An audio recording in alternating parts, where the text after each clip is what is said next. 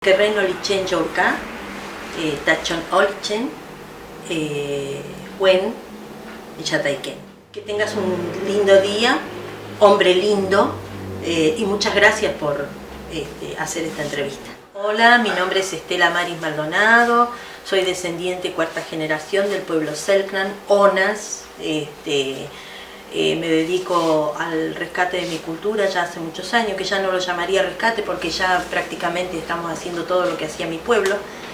Doy el taller de cestería, Selknam, que es junco, el junco patagónico que dicen, en lengua selknam es o tayu.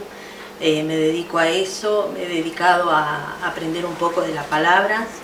Y bueno, todo lo que tiene que ver con la naturaleza, tratando de, como se dice, de transmitir y difundir de a poco a medida de lo que fuimos rescatando por parte de mi madre y de algunos hermanos que ya no están, pero bueno, ese es mi trabajo.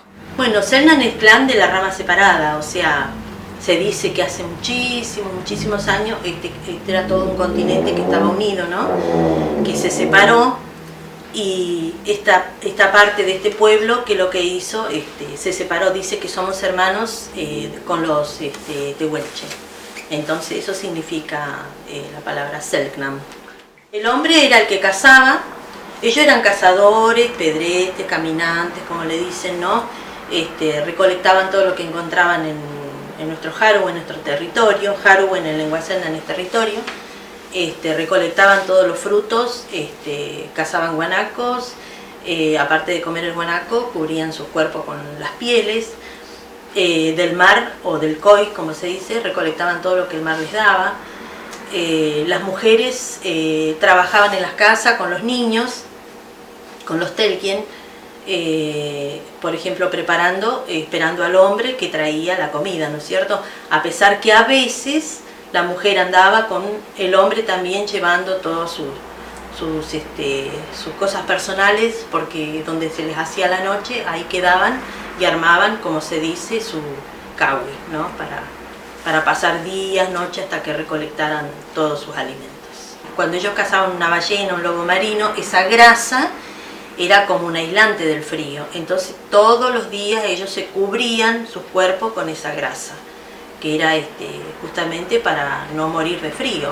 Cuando llegaron, dicen, los primeros colonizadores, o los primeros que decían que descubrieron América, o que cuando llegaron a esta zona se veía mucho fuego, porque nuestros antepasados justamente hacían fuego por todos lados para no morir de frío, ¿no?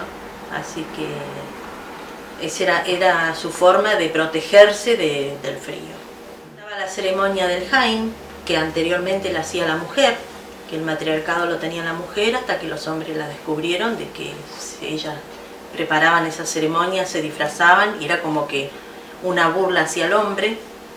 Se disfrazaban de espíritus para asustar a los hombres y para tener matriarcado, el poder, como se dice, hasta que fueron descubiertas. Dicen que las mataron a todas, dejaron a las más jóvenes, y después siguió esa ceremonia el hombre, ¿no?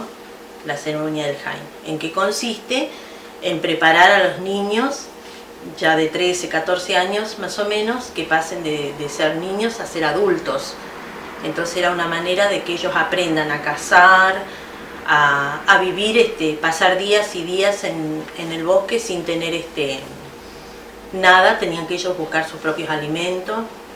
Entonces había una gran casa, un gran kawi, que era como la escuela, y los cloqueten eran los niños que iban a aprender. Ahí ellos se preparaban, y los hombres mayores se disfrazaban, se pintaban sus cuerpos y de espíritu, que eran los short. Entonces ellos eran los que le aparecían en el bosque para como asustarlos, para ver qué hacían, si sobrevivían, ¿no? La pintura la hacían con tierra, con hueso molido, con grasa, inclusive a veces con sangre de algún animal. Sí, con eso pintaban sus cuerpos, iban formando los colores y se pintaban, de acuerdo a lo que tenían que hacer, ¿no? Los espíritus eran 7 los postres principales. Eran 7 que ellos formaban, como se dice, como un círculo donde ellos se preparaban para justamente hacer esa ceremonia donde iban preparando a los niños. Dicen, hay muchas cosas que, por ejemplo, dicen que no se pueden decir o que eran muy fuertes que pasaban ahí adentro porque eran como, no sé si sacrificios o qué, pero son cosas muy sagradas que, por ejemplo, cuando yo estaba en la casa de Rafael Ayston, la gente de la comunidad no le gustaba que hablemos de eso, porque decía, como decía en un documental don Santiago Rupatini, él decía que de eso no había que hablar. Dice que siempre estaba el hombre sabio, el Laliu, que era el anciano, ¿no? Que era el que se respetaba, el que se le escuchaba la voz y el que tenía, como dice, el poder, pero no había cacique en nuestra comunidad. Ocupaban su tiempo en un montón de ese tipo de cosas, ¿no? Estaba la ceremonia de seducción de las mujeres, que era para ver si conquistaban al hombre, se pintaban, también tenían sus formas de buscar la manera de conquistarlo. Después estaba la del tiempo, para traer la lluvia, había muchas ceremonias, sí. Somos más o menos 10 familias de descendientes, que ahora creería que ya somos más de 600 personas. Somos una comunidad reconocida y la única que tiene su territorio y su, como se dice, su título de propiedad, ¿no? Está ubicada frente a la comuna de Tolwyn, son 36.000 hectáreas. Hay muchas familias que están asentadas en el lugar, entre eso mi hermano, que fue el propulsor de todo esto, Rubén Maldonado, que él fue el que empezó como se dice, a unir a las familias para que nos podamos reconocer. Se recolecta en la zona, nosotros vamos más o menos donde hay ojos de agua o mucha humedad, en la zona de Turbales, más o menos 110, 120 kilómetros de acá, un lugar llamado Aguas Blancas, y ahí recolectamos el tai o tayu, como le decía nuestro pueblo. No solamente lo recolectamos, hay que cocinarlo, porque es todo un proceso. Tiene que pasarlo uno por el fuego, de un lado o del otro, para que se vaya, como se dice, secando la humedad que tiene, y después hay que dejarlo afuera, a la intemperie, toda la noche, para después hacer los ataditos de junco y guardarlos para llevar a los talleres. Y después, bueno, damos los talleres, en este caso yo lo estoy dando en la Casa del Niño, en el Tebu 10, Casa 24, Casa del Niño Madre Teresa Calcuta, mi hermana Margarita, que lo da allá en el Centro Cultural Yaganes, en Capo, y después donde nos llaman, en las escuelas, en los jardines. Y lo mismo con los frutos del bosque, lo que nos da, por ejemplo, la naturaleza. Ellos comían mucho el calafate, cort, yojor, esas son las palabras más o menos que usaban ellos, ¿no? La chaura, la zarzaparrilla, estaba la frutilla silvestre, o sea, todo lo que le daba la naturaleza, lo recolectaban y después lo consumían, ¿no? Comían esa. Y nosotros hoy hacemos lo mismo, con la única diferencia de que lo llevamos a nuestra mesa preparados también dulces. Tengo un proyecto que se llama Xolten, que en lengua selknam significa raíces nativas. Entonces hago mis dulces y bueno, los vendo al público, ¿no? Al que le guste probar los dulces que yo hago. Yo hago lo que hacía mi mamá. No le pongo, ni le agrego, ni le saco nada.